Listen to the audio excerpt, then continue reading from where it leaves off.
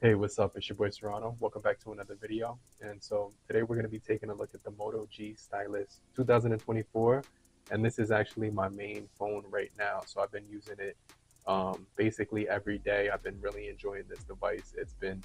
I've been thoroughly enjoying it. Now there are a few positives and negatives that I wanted to point out in this video so that if you were looking to pick it up, you can kind of get a heads up on what to look out for. And so I definitely thought this would be helpful to you. And I definitely thought that if you were interested in the Moto G Stylus, this video could help you out in a lot of ways.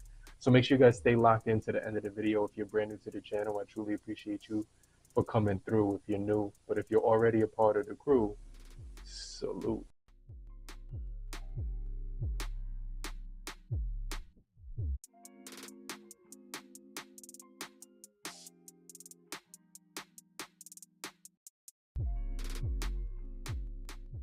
So let's cut to the chase. Let's talk about the positives and negatives of the Motorola Moto G Stylus. And so for me, this device packs almost everything that I want in a smartphone, but there are some negatives about it that some people might, want to look out for if you're looking to purchase this device. So let's just start off with some positives and some negatives when it comes to the Motorola Moto G Stylus. So the first thing that I wanted to talk about is the features on this device. And this is a positive thing. This packs almost every feature you could imagine: NFC, Smart Connect, which works like Samsung DeX. So you could use this phone as a mobile computer and get a lot of stuff done with the Smart Connect, because it's essentially going to allow you to use the smart device onto your TV, and then you can stream everything on you to another screen or a laptop or a PC or a computer or a monitor. This device is very versatile in that aspect, because that means that you're going to be able to share your screen to a bigger display and get more stuff done. So I definitely think that's going to be the first positive as far as this phone. Now let's talk about the second positive. But you know, basically, I still want to talk about some of the features before I jump into the second positive. So, the features would also include, like, the NFC. The Like I said, it's going to have that Smart Connect. It's also going to have all your gestures. So you're going to get the flashlight gesture with the chop. You're going to get, all the shortcuts when it comes to um, opening up the camera. If you put your palm in front of the phone, and it'll take a selfie automatically. So it'll automatically do a selfie. So that can you could put your palm up to it, and it'll actually capture the photo, just like some other devices like Samsung. They allow you to do the gesture to shoot.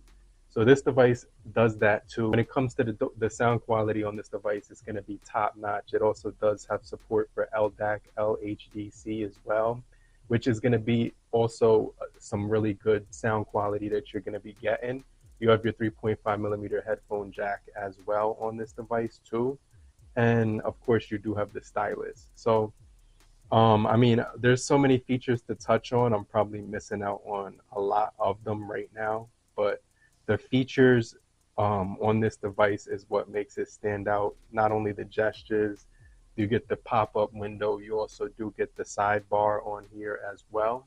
So that's the first positive, is the features. I know I kind of went on a tangent right there, so I'm going to try to speed up the video a little bit. So the first negative is the software updates, right? Because the Motorola is only going to be giving us one OS update. And I know a lot of people don't even care about updates on a smartphone. It's only like people who review smartphones who are in the tech world that really care about that. So that's important for people who are buying the smartphones every year, because they want the phone to last longer and keep up with other devices that are being supported. But for many people, that's not even going to be a negative. So I just kind of wanted to throw that out there, that you will get 1 year of OS updates and like 2 years of security software updates, 2 or 3 years tops. So that's something that I just want to mention. So another thing that's a negative, and I'll start off, is the plastic build quality. A lot of people want it to be metal, And so this device does also offer wireless charging, which is good. Even though it's plastic, it still has that wireless charging. I don't feel like this phone has any drawbacks for being plastic material as far as the design. I mean, metal would have been nice, but I'm actually perfectly fine with plastic um, side rails on here. So it's most budget devices are going to be made of plastic unless it's like, like Lumidigi, for instance. They've been making aluminum and metal phones for forever. So it's Motorola, they've been making plastic phones forever. So it's not something that I expected for it to be metal, but it does feel really good in the hand and it does have a nice lightweight feel to it. So the second positive would be the materials on the back. That leather, vegan leather material feels so good. It feels really good on this camera. So I really like the leather back on here. It has a really nice premium feel to it.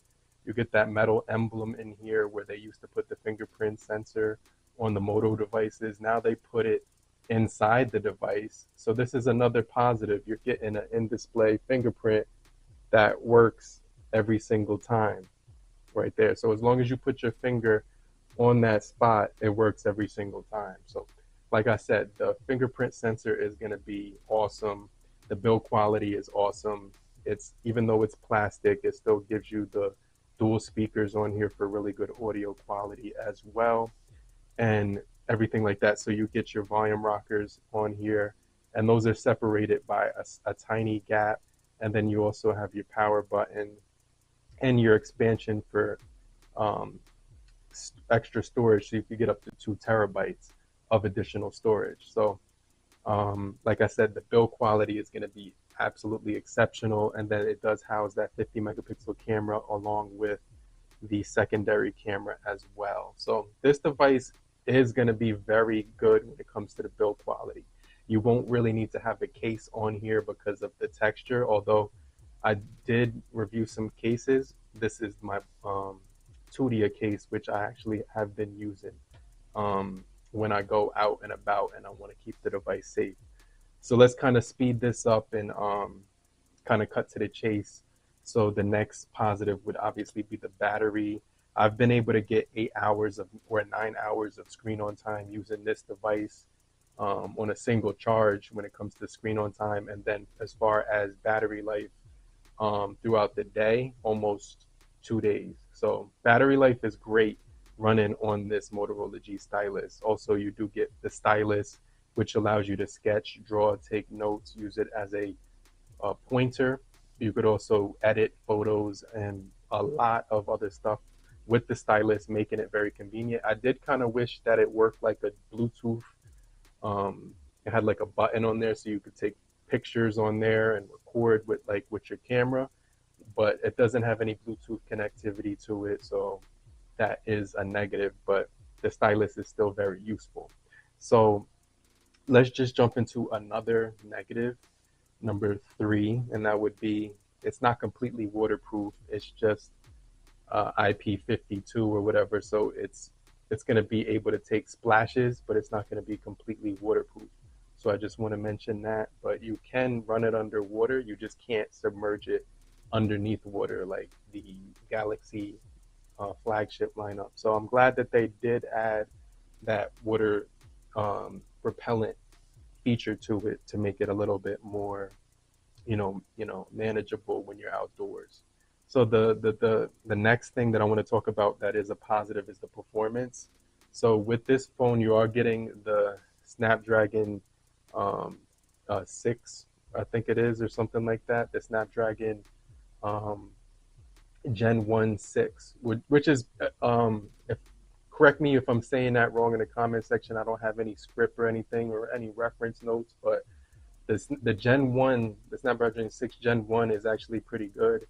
It hasn't let me down in any way possible. I know it's like a year or 2 years old, but the processor on here, no issues whatsoever, no lag, no stutters, no hiccups, no freezing. Is basically going to be great when it comes to the performance. And you can also game, play anything in the Play Store. It's going to run exceptionally well. You also do get a beautiful panel on here. It's a POLED panel. It has very good outdoor visibility. It has really good quality when you're looking at the saturation of the display. It just looks absolutely gorgeous. So I just want to highlight that this phone has a beautiful panel, great viewing angles, great outdoor visibility, and it's going to be one of the best when it comes to watching content. So let's just jump into the last couple bits of negatives. And so that's going to be that when you put it on a flat surface, it's going to have like a rock to it because the as far as the symmetry of the camera on the back, it does have a slight it does protrude out a little bit, so you can see it will protrude out, giving it a slight bump. And yeah, it does rock flat on the surface, but if you throw a case on the smartphone, it kind of evens it out so that it's not as noticeable. But another thing that I just wanted to throw out there is that the cameras on this device have optical image stabilization. So when you're recording, the stability is so smooth. It's like you have a gimbal attached to it, even though you don't. So you're getting some really good stable video quality, and you're getting exceptional pictures as well on top of that. So I definitely think when it comes to taking photography, if you're the type of person who uses your phone as a camera, then this phone will basically have very little drawbacks. It's going to be extremely good when it comes to shooting. So I definitely want to mention that the cameras are going to be exceptional on here. Those are pretty much the main things you need to know. This phone is going to be great because it's going to support high quality codecs like LDAC and LHDC. It's also going to support Dolby Atmos for the sound quality. Exceptional speakers on here with the dual speaker capability. The features are phenomenal and everything like that. But the main negatives would be that it's made of plastic and that it doesn't receive all software updates like Samsung and I don't know, Google. But let me know what you guys think about the Motorola G Stylus. Does this actually keep you from buying the phone, or do the positives outweigh the negatives? Let me know in the comment section. If you're still here, just type down below, I'm still here. So I know you're still kicking it with me, and I just want to remind you to hit the like button so we can get this video out to more people and help boost the engagement. I'll hit you back. I'll check you guys later. Later, crew. Peace.